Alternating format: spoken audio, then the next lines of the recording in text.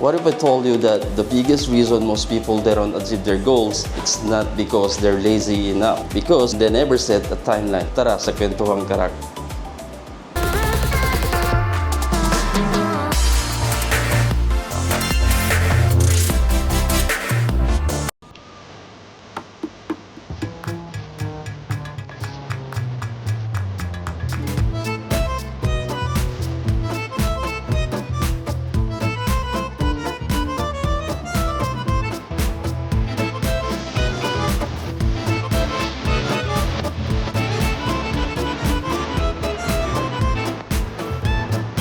Where are we heading? We're going to watch the sunrise.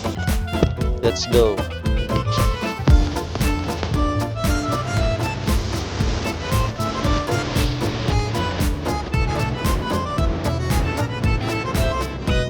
So, anong oras ang sunrise? I think it's gonna be 5:00. So what I love about sunrise is that we can connect it with our lives. Kasi every morning when the sun rises, it doesn't rush. It doesn't ask if he's late. And it doesn't compare itself from yesterday's sunrise. It just arrives when it's supposed to. And I think, Kuya, that's one of the lessons that we need to learn. Kasi as we grow older, we love giving timelines for ourselves. And then when we don't achieve it, like for example, like in 30, I have to be like this, I have to be like that, I have to be successful, and I had life figured out. And then if we don't, we're gonna label ourselves as failure. I think we should not do that.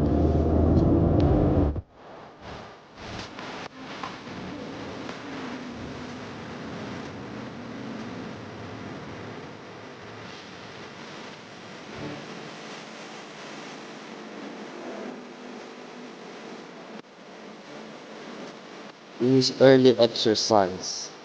I'm going over there. Di ba dinadaanan ng sasakyan to? Podcast ba to o pahirap?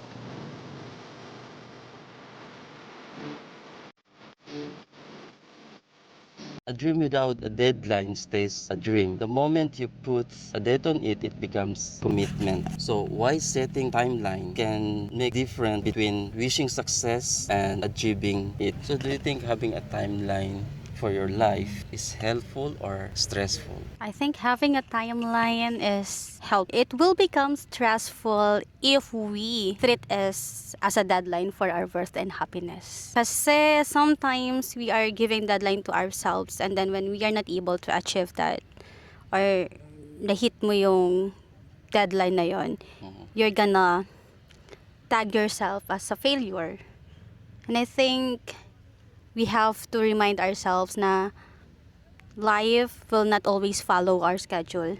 And also, it's okay to set a goal and a timeline, but we have to be kind to ourselves na it's okay to change. And maybe we have a different route, but the destination will be the same. So, having a timeline is helpful and it's not stressful. Yes. Na-stress ako sa ano? Na-stress ako sa humid. Yes, mas nakaka-stress yung Sweating. humid. Then what happens when life doesn't follow the timeline that you created? It's not just about me, but I think everyone na who set timeline for themselves and then hindi na-achieve, they're gonna tag themselves sometimes, somehow as a failure. That's what we're gonna think. But, again, we have to remind ourselves na delays are redirection, actually. And I think, like, again, maybe we're just going through a different route, but it's gonna be the same destination. So do you think, have you ever felt like you're behind a life? Before, yes, but now, no. Kasi now that I'm older and wiser, I think, Kuya, now I see life as not a race. It's not a race, and there is no one timeline for everyone. Like, ikaw, you're older than me and I'm younger than you. But what's older? And I mean, yeah, it's not a race. You have your own timeline, I have mine, and and there are some people kasi na they grow fast, na they achieve their goals and dreams easily, and there are some people naman na they are slow to bloom, they are slow to heal, to know their purpose. Like parang let bloomer kung ganun. At some point, yes. And yeah, again, sabi ko nga, there are some people who are slow to discover their purpose, to discover healing, to heal, and all these things. I think because also one of the reason is because of priorities. They set priorities first before, like the way or the strategy to achieve their timelines is like they set up certain priorities. And some point there's also like hindrances why they didn't reach their goal or they didn't achieve their timeline. Yeah, I think it's just a matter of priority. Maybe, but at some point, it is very important to set a timeline din talaga, no? But then, you have to remind yourself din na it's okay to adjust your goals. It's okay to adjust your timeline. Kasi, not everything in this world is control natin. There are a lot of things na it is out of our control. So, you don't be so discouraged and tag yourself as a failure pag hindi mo na-achieve yung mga goals na yan. Kasi sometimes we feel like yung parang you want your life, you set goals na, dapat pag 30 plus na ako, let's say 32 or 30, I had life figured out na. But then, hindi naman laging ganun, di ba? We're still confused and we are all growing. We're still a seed. God is watering us, and it's not like that na failure ka na agad kasi hindi na-achieve yung goals mo. No, it's not like that. I've been asked many times by friends, how do I manage my time? And I always told them that I cannot control the time, but priorities can. So I always set up priorities. I can control priorities, but the time, I cannot. This is one of my tutubi. Oh, yeah. I wanna be a tutubi na walang. The tutubi is distraction. You know, the tutubi in Tagalog, but they call it dragonfly. So yes, I cannot control time, but my priorities, I can. Yeah, so we can adjust the timing, kuya, but never ever abandon your dream. Do you think to stop setting a timeline can give you peace of mind, or like avoid causing anxiety? Because once you set a timeline and if you did not reach the timeline, then it gives you a lot of stress. I You got it. become anxious, you become depressed because you set an expectation, and if you didn't reach that, then it turns to frustration. For me, no, you shouldn't stop having timeline. But you have to change your mindset and how you see it. Kasi sabi ko nga kanina, most of us are setting timeline and treat as a, how can I say, deadline. You have a timeline kasi you have a deadline. And it's gonna be so stressful. So, we should not stop having timeline, but we should change how we see it. Because timeline, for me, it is our map na, okay, this is my goal and this is what I have to do to achieve that goal. But again, you have to remind yourself na there are things that is out of your control. And not every day, the life will not follow every schedules that you have.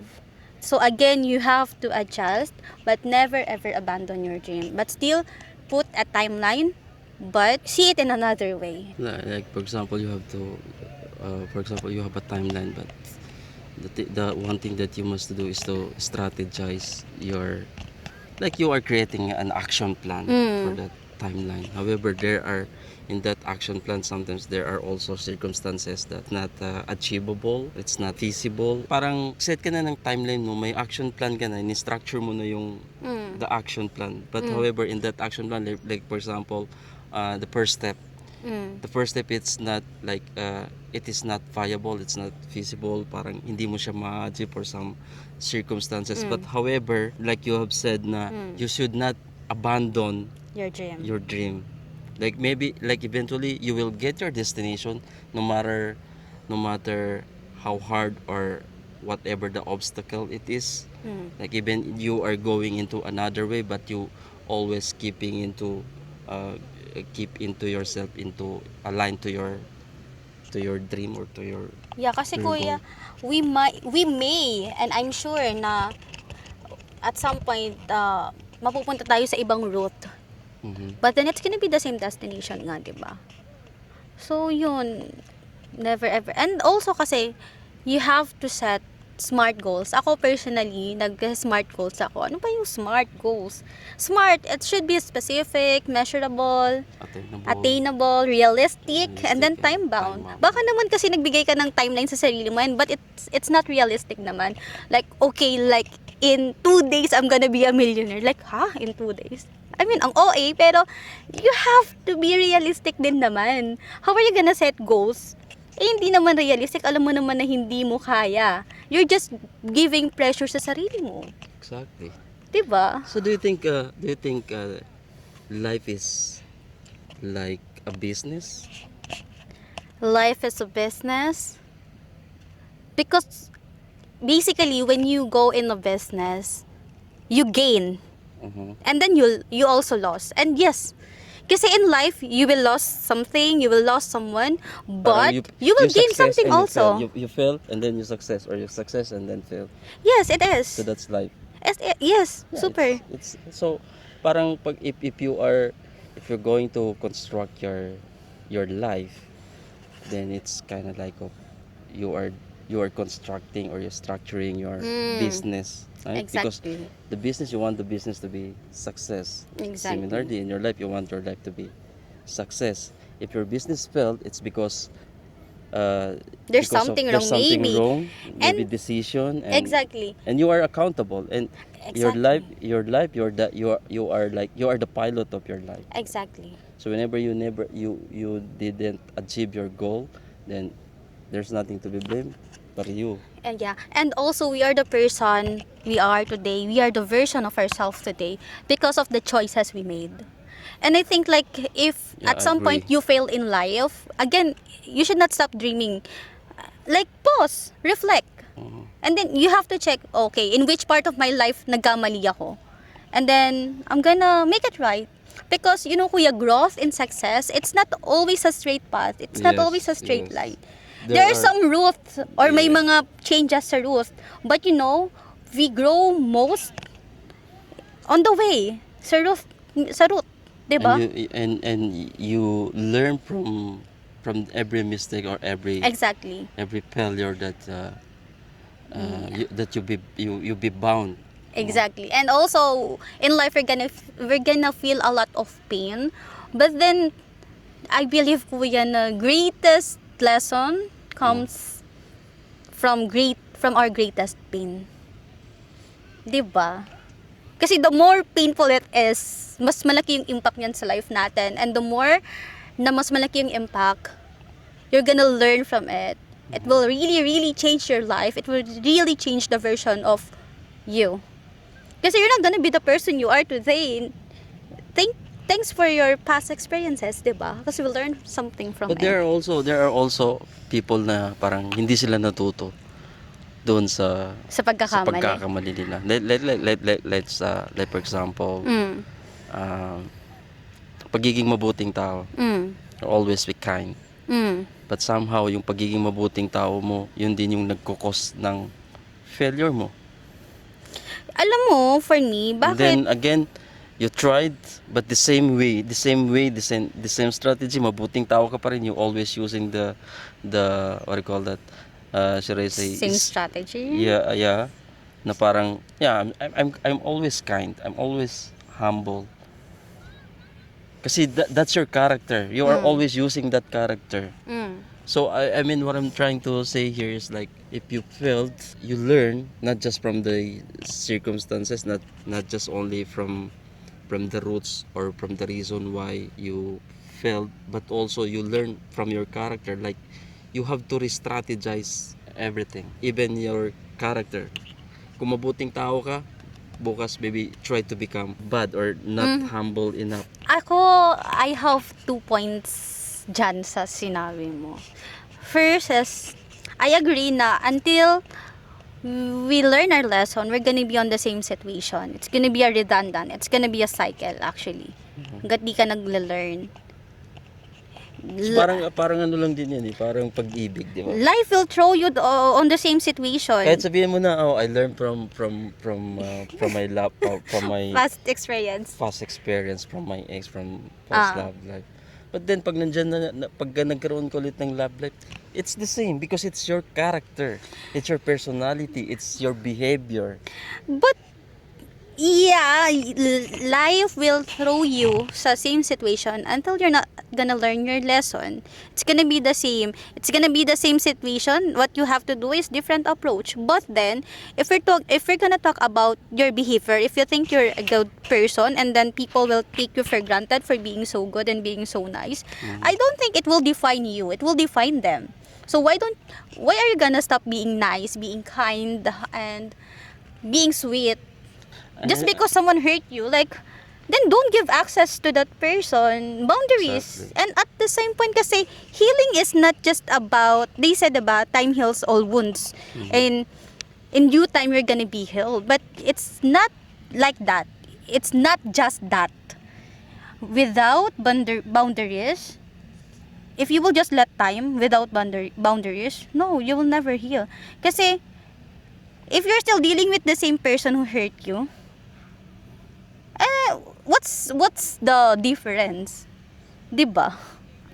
Exactly. What does success means to you now? Mean to me now. Yeah.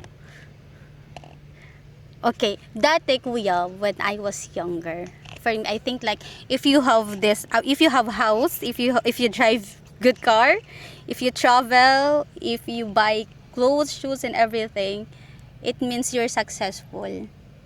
But then as I grow older, parang no, it's not the real meaning of success. You know what? Last time, kuya, I traveled to Georgia. So Okay. I was so happy because it was a really dream come true. Everyone would say, success ka sa life, di ba? Kumbaga, it's one of your desires, Yes. di ba? And then, so nagland kami ng Doha. Pag mga one day after, kinabukasan, I was so happy when I was in Georgia. But then when I went back to Doha, I feel empty. I swear, I feel so empty. Or maybe I was just having anxiety back then, or I was so lonely. So I went out. I went to Dar al Salam. I went to Yellow Cab because I really love Charlie Chan. It's my favorite. So bumili ako ng Charlie Chan to satisfy my cravings, and then I went to buy new shoes. So pag uwi ko sa bahay, while I was eating the Charlie Chan, I was crying. I was literally crying like, why? I have everything that I wish. I am living sa prayers ko. But then I realized, kuya, na success is not about that. Kasi It's not about material. it's not about about living an impressive Yes. life, but a meaningful life. Kasi at that point, I wish I could share that Charlie Chan with my siblings and my parents. I wish that I could also go to mall with them. I wish that I could build that snowman with them. And I feel like no matter how successful you are sa tingin ng iba, no matter ano yung mga material na bagay na nasa'yo, it's no, you are not successful. Because for me now, success is not about what we can see, but how we feel. Success is living a meaningful life, not an impressive life. What about you? only one word. Moment. Success is moment. Moment. Yeah, because like you experience a trouble. I've experienced trouble before. I've been traveling many times before. I also had my business before. Like I earned A lot. I learned a lot. You were Burberry pa nga, di ba? But it's like I'm happy at the moment. Then afterwards, there's a moment na hindi ako masaya. Kasi may kulang. Exactly. There's always Something missing. Something missing. You know? You feel like you're not living a meaningful life. You're not living a meaningful life. So I'm parang like I cannot say that maybe the missing part is a peace of mind. Yes. Yes. P6 it's so expensive. Yeah. Even the millionaires, they cannot buy peace kahit na bilyonaryo pa yan sila, no? You think Bill Gates, may peace of mind si Bill Gates? I don't Because he think thinks a lot. Diba So sabi if you nila, think a lot, how can you get a peace of mind? You think a lot. great power There- comes there- with great responsibility. Yeah, and if you think Tama ba? complexity. Complexity. Yeah. So for me, that's one thing that I've learned from at this point in time, at this stage of my life. Mhm. Like you said, I'm older than you. Almost 1 decade, and yeah, I'm grow also. I'm more matured now, should I say? So, like I've told you yesterday, na parang I don't feel myself going outside, stay outside, hanging out with the friends, or I just wanted to stay at home and having that moment,